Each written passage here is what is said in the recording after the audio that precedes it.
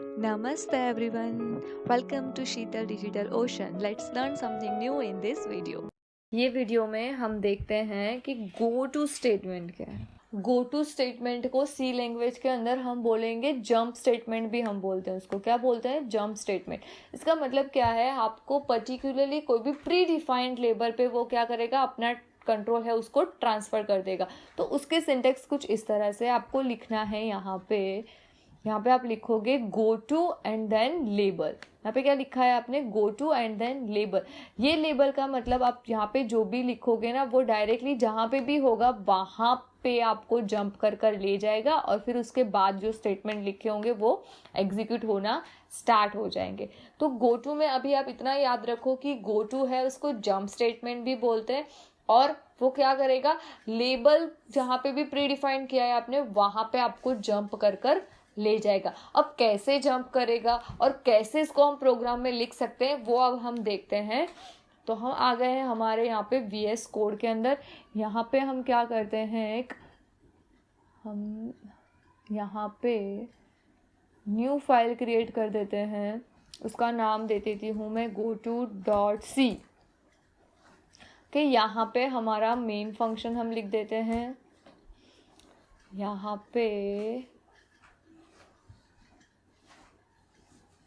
पे मैं लिखती हूँ has include std dot header file हमने इंक्लूड करवा ली है। अब हम यहाँ पे हमारा कोड लिखते हैं। ओके, हम यहाँ पे लिखते हैं गो टू स्टेटमेंट। तो गो टू हम कैसे लिखते हैं अब मैं आपको यहाँ पे दिखाती हूँ।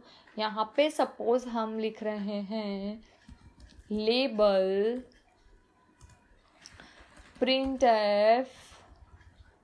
यहाँ पे मैं लिख रही हूँ लेबल, एंड यहाँ पे मैं लिख रही हूँ printf, और यहाँ पे मैं लिख रही हूँ, यहाँ पे हम लिखेंगे inside label and then semicolon। यहाँ पे हम फिर से लिखते हैं go to end, यहाँ पे सेमीकोलन आएगा। यहाँ पे हम लिखते हैं printf, यहाँ पे हम लिखेंगे printf end।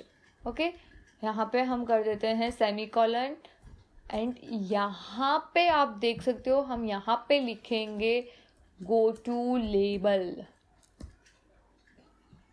और यहाँ पे एंड। ओके, यहाँ पे अब इसको हम सेव कर देते हैं। अब इसको हम क्या करते हैं, रन करते हैं। ये फाइल को हम अब रन करते हैं। तो रन करने के लिए हम यहाँ पे यस रन कोड करते हैं। तो यहाँ पे ये हमने किया रन कोड।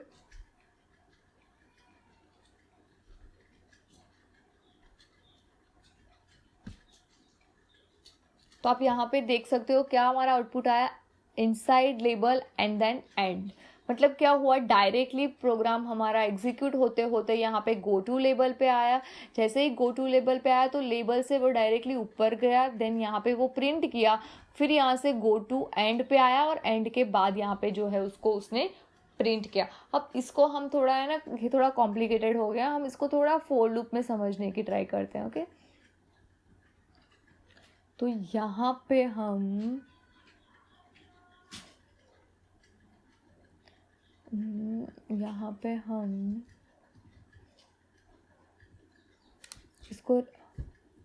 इसको हम डिलीट करते हैं, और यहाँ पे मैं लिखती हूँ सपोज एक integer i and no.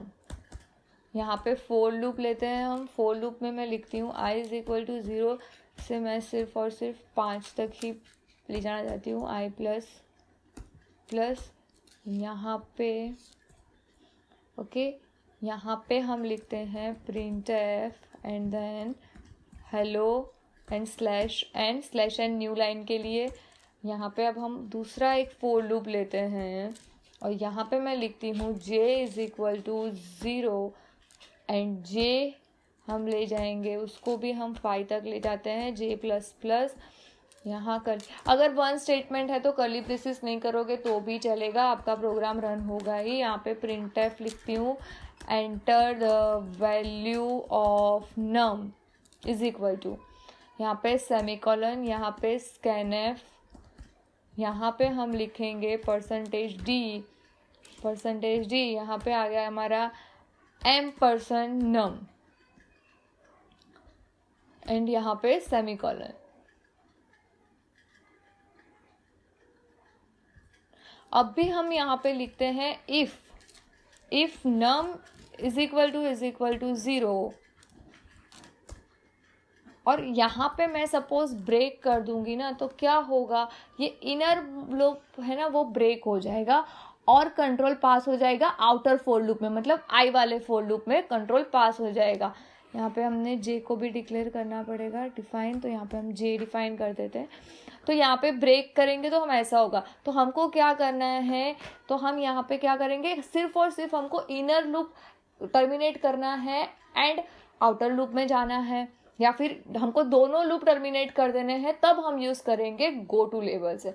Break करूंगी तो क्या होगा, जे वाला जो फोर लूप है वो ही टर्मिनेट होगा और वो आई वाले फोर लूप में कंट्रोल पास कर देगा। बट उसकी जगह पे हमको क्या करना है, अगर नम की वैल्यू 0 दे दी तो वो ये सारे लूप में से बाहर आ जाना चाहिए। तो हम यहाँ पे लिखेंगे गो टू एंड। ओके, ऐसा हम यहाँ पे लिख देंगे कि गो टू एंड।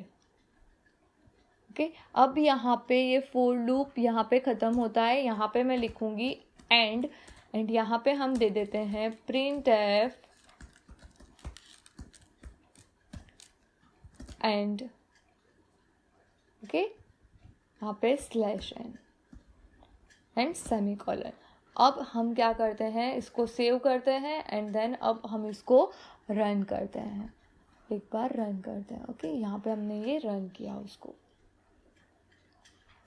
तो यहाँ पे एक कर्ली ब्रेसेस हमने कम किया है। कौन सा कम है हमारा कर्ली ब्रेसेस, यहाँ पे इफ का आ गया, यहाँ पे फोर लूप, यहाँ पे एंड। कहाँ पे गलती की हमने,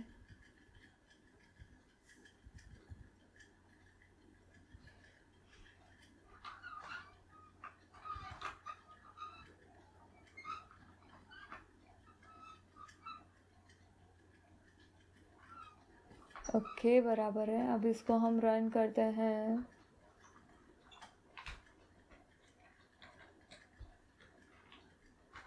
तो आप देख सकते हो यहाँ पे हमारा आउटपुट आया है hello and then enter the value of num. यहाँ पे हम वैल्यू नम में डालते हैं, सपोज हम वैल्यू देते हैं 20, तो भी प्रिंट हो रहा है, हमारा एग्जीक्यूट हो रहा है। वो इनर वाला लूप 30 देंगे तो भी होगा, 50 देंगे तो भी होगा। जैसे ही मैं 0 दूंगी ना, तो वो क्या करेगा, डायरेक्टली एंड प्रिंट कर देगा। अब देख सकते हो डायरेक्टली उसने क्या किया, यस, दोनों लूप में से बाहर आ गए और कंट्रोल कहाँ पे पास कर दिया, एंड पे। मतलब गो टू लेबल का मतलब ही गो टू स्टेटमेंट का ये है कि आपको कहीं पे भी आपका प्रोग्राम का कंट्रोल पास करवाना है, तब आप यूज करोगे गो टू। यहाँ से आप लेबल यहाँ पे लिख देना कि कहाँ पे आपको जाना है। फॉर एग्जाम्पल हम बोलते हैं ना go to classroom, go to playground, तो आप क्या करते हो, क्लासरूम बोला है तो क्लासरूम में जाते हो, प्ले ग्राउंड बोला तो प्ले ग्राउंड में जाते हो। ऐसा ही यहाँ पे भी होता है कि गो टू एंड बोला है तो वो क्या करेगा, पूरे प्रोग्राम में देखेगा कि एंड लेवल कहाँ पे है और अपना कंट्रोल वहाँ पे पास कर देगा। तो आपको समझ में आ गया है कि गो टू स्टेटमेंट क्या होता है। अगर आपको कुछ भी डाउट है तो आप कमेंट में ज़रूर लिखना, हम आपके सारे डाउट सॉल्व करने में आपकी मदद करेंगे। Thank you for watching this video. See you guys in the next video.